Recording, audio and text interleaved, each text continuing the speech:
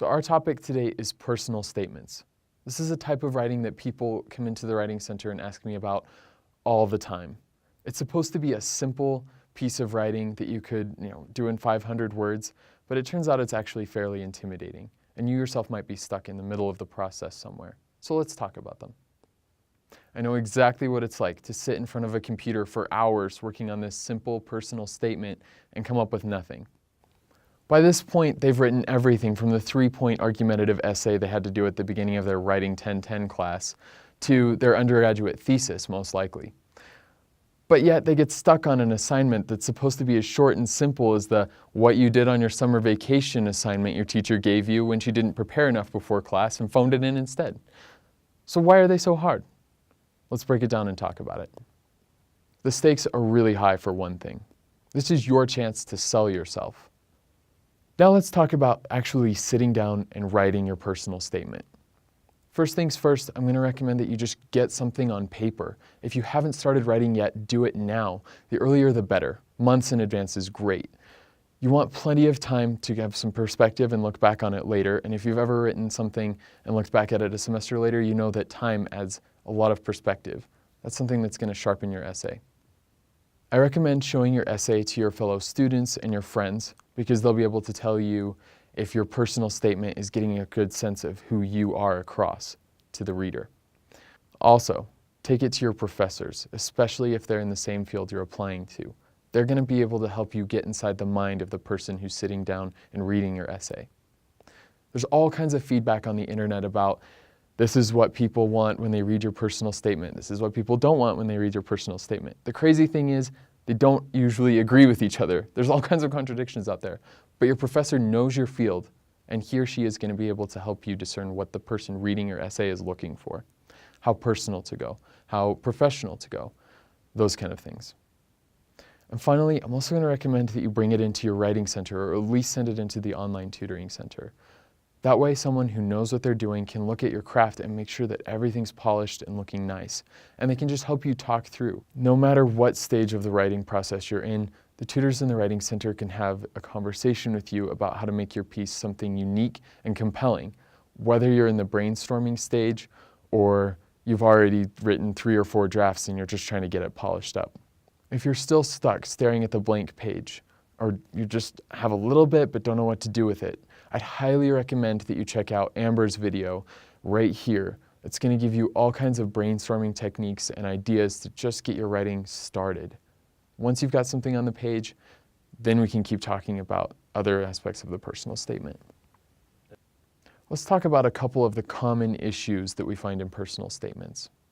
First, it can be pretty tempting to treat the personal statement as a place to list your accomplishments. But the thing is, you probably already did that in your curriculum vitae, or maybe even your resume.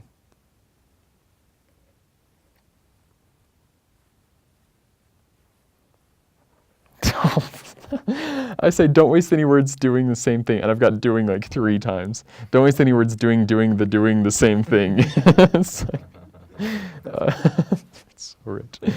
Okay, compose. It's a little bit of irony. Yeah. We could go back to literary techniques. Okay. So don't waste, already looking at the camera.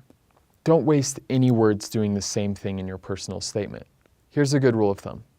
Write about something you've talked about in your CV or your resume if you'd like, but only if it adds something new that isn't obvious from reading the other parts of your application.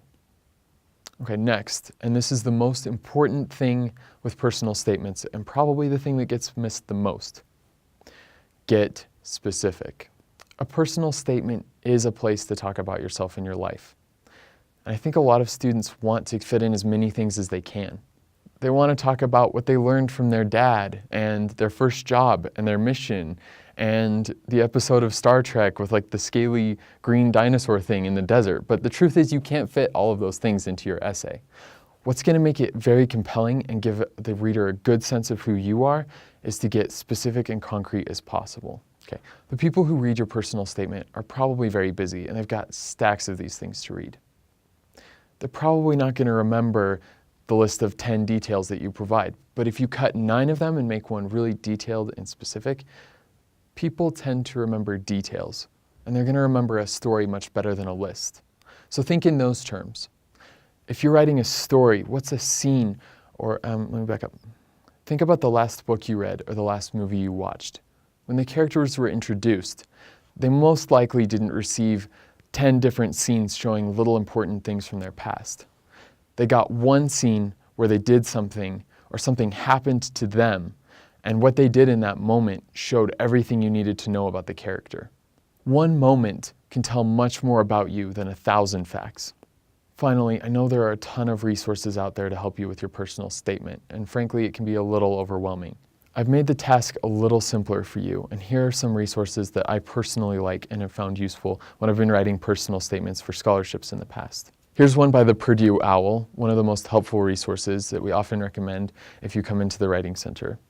The University of Utah also has a great list of questions you can ask yourself to help yourself get started thinking about your personal statement and just check if the direction you're going in is working. And bring your personal statement into the Writing Center. I can't drill that enough. So I'm really looking forward to seeing you there. All right, guys, if you want to schedule an appointment with the Writing Center, you can click right here. Or if you want to watch more tutorials from tutors at the Writing Center, click right here.